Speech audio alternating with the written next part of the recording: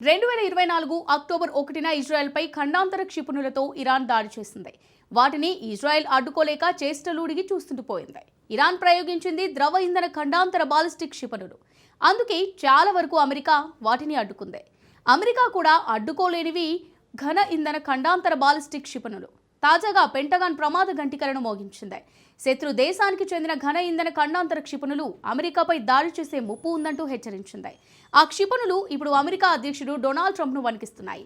ఇంతకు అమెరికా శత్రు దేశానికి చెందిన ఖండాంతర క్షిపణులు ఏవి? ఆ క్షిపణులతో అమెరికాలో ఎందుకు భయం నెలకొంది? ట్రంప్ను భయపెడుతున్న నాయకుడు ఎవరు? Watch the story. డొనాల్డ్ ట్రంప్ను వణికిస్తున్న లీడర్ ఎవరు? అమెరికాను హాస్వాంగ్ 19 ధ్వంసం చేయగలదా? డెడ్లీ క్షిపణి హాస్వాంగ్ 19ను ట్రంప్ అడ్డుకోగలడా?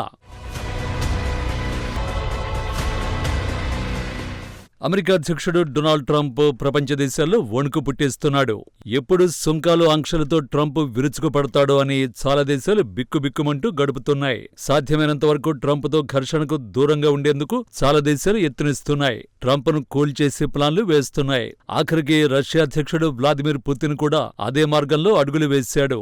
ట్రంప్ను కూల్చేసేందుకు రష్యా నిర్బంధించిన అమెరికన్ టీచర్ను విడుదల చేశాడు. అయితే ప్రపంచ దేశాలను భయపెడుతున్న అమెరికా అధ్యక్షుడికి ఓ నాయకుడు మాత్రం కంటి మీద కొనుకు లేకుండా చేస్తున్నాడు. తాజాగా అమెరికన్ రక్షణ కార్యాలయం పెంటగాన్ డేంజర్ బెల్స్ మోగించింది. అమెరికా ఆంక్షలు సుంకాలతో అణచివేసిన ఓ శత్రువు నుంచి డేంజర్ తప్పదని పెంటగాన్ వార్నింగ్ ఇచ్చింది. ఆ శత్రువు మరెవరో కాదు, Kim Jong Un. North Korea అధ్యక్షుడు నిత్యం ఆయుధాలను పరీక్షించడమే కాదు, పెద్ద ఎత్తున వాటిని తయారు చేస్తున్నట్టు పెంటగాన్ హెచ్చరించింది.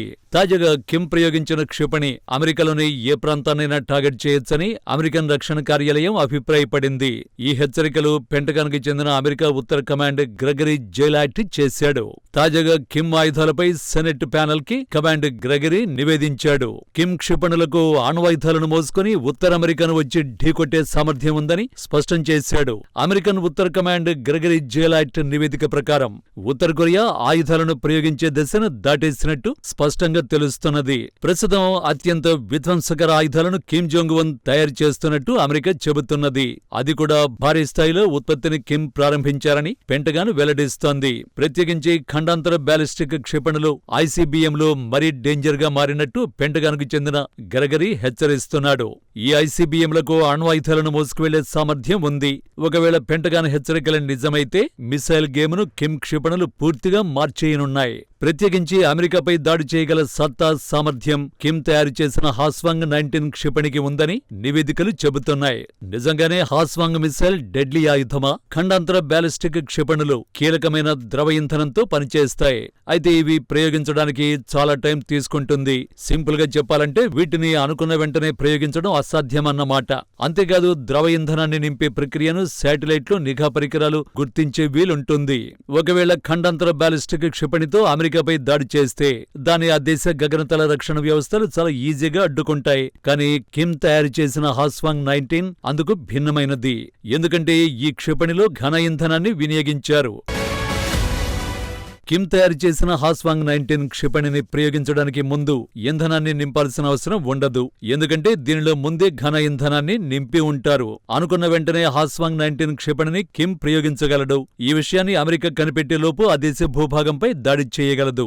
అంతేకాదు ద్రవ ఇంధనంతో నింపిన ఖండాంతర బ్యాలిస్టిక్ క్షిపణి కంటే ఘన ఇంధనంతో నింపినది అత్యంత వేగంగా లక్ష్యం దిశగా దూసుకెళ్తుంది. ఈ మిసైల్ ను తొలిసారి 2024 అక్టోబర్ 31న కిమ్ ప్రయోగించాడు. ఈ ప్రయోగం విజయవంతమైందని, హాస్వాంగ్ 19 పర్ఫెక్ట్ గా ఉందని గత ఏడాది కిమ్ ప్రకటించాడు. ఈ మిసైల్ 15,000 కిలోమీటర్ల పరిధిలోని లక్ష్యాన్ని ధ్వంసం చేయగలదు. అంటే ఉత్తర అమెరికాలోని ఏ ప్రాంతాన్నైనా కిమ్ టార్గెట్ చేసే అవకాశం ఈ క్షిపణితో లభిస్తుంది. కిమ్ తయారు చేసిన హాస్వాంగ్ 19 స్పీడ్ సెకనుకు 4 నుంచి 7.8 కిలోమీటర్ల వేగంతో లక్ష్యం దిశగా దూసుకువెళ్తుంది. అమెరికా దీన్ని అడ్డుకోవడం దాదాపు అసాధ్యమన్నమాట. కిమ్ మిసైల్ ను అమెరికన్ రేడార్లు గుర్తించినా దాన్ని అడ్డుకునే లోపే హాస్వాంగ్ 19 పని పూర్తి చేసేస్తుంది. ఒకవేళ అమెరికాపై కిమ్ అణ్వాయుధాలను ప్రయోగిస్తే భారీ విధ్వంసమే జరగనుంది. అందుకే ఉత్తర కొరియా నియంత మిసైల్ ట్రంప్ను వణికిస్తోంది. హాస్వాంగ్ 19 లాంటి ఖండాంతర క్షిపణుల్ని కిమ్ భారీగా ఉత్పత్తి చేస్తున్నట్టు అమెరికన్ రక్షణ కార్యాలయం వెల్లడించింది. ఆధునిక నియంత కిమ్ మిస్సైళ్లపై అమెరికాలో గందరగోళం నెలకొంది. ఎందుకంటే ఇప్పటికీ క్షిపణులను ఉత్తర కొరియా పరీక్షిస్తూనే ఉందని మరో అమెరికన్ సైనిక అధికారి అడ్మిరల్ శామ్యూల్ పాపారో తెలిపాడు. అణ్వాయుధాలను మోహరించే క్షిపణులు ఉత్తర కొరియా వద్ద ఉన్నట్టు ఆధారాలు లేవని పాపారో విశ్లేషిస్తున్నాడు. కానీ ఘన ఇంధన ఖండాంతర క్షిపణుల టెక్నాలజీలో రోజురోజుకు ఉత్తర కొరియా అభివృద్ధి చెందుతోంది. ఇదే అగ్రదేశానికి కంటి మీద కొనుకు లేకుండా చేస్తోంది. నిజానికి ఏళ్ల తరబడి ప్రయత్నిస్తే తప్ప అమెరికా క్షిపణి రక్షణ వ్యవస్థల్ని పెంటగాన్ సిద్ధం చేయలేకపోయింది. అలాంటి రక్షణ వ్యవస్థలు కిమ్ మిస్సైళ్లను అడ్డుకోలేకపోతే అమెరికన్లకు ముప్పు తప్పదు. ప్రస్తుతం అమెరికాకు చెందిన భూ ఆధారిత క్షిపణి రక్షణ వ్యవస్థలు అలాస్కా, కాలిఫోర్నియాలో 40కి పైగా ఉన్నాయి. క్షిపణి సాంకేతికతను కిమ్ మరింతగా మెరుగుపరుస్తుండటంతో అమెరికాలో ఆందోళన మొదలైంది. అమెరికా అత్యాధునిక క్షిపణి రక్షణ వ్యవస్థలను సిద్ధం చేయాల్సిన అవసరం ఉందని నిపుణులు సూచిస్తున్నారు. నిజానికి అమెరికా అధ్యక్షుడు ట్రంప్ కూడా ఇలాంటి ప్రణాళికల్ని రూపొందిస్తున్నాడు. క్షిపణి రక్షణ వ్యవస్థ అభివృద్ధిని వేగవంతం చేయాలని ట్రంప్ ఆదేశిస్తున్నాడు. దీన్నే అమెరికన్ ఐరన్ డోమ్ గా ట్రంప్ పిలుస్తున్నాడు. నిజానికి ఐరన్ డోమ్ ను ఇప్పటికే ఇజ్రాయిల్ విజయవంతంగా ఉపయోగిస్తోంది. దీన్ని ఇజ్రాయిల్ క్షిపణి కవచంగా కూడా పిలుస్తారు.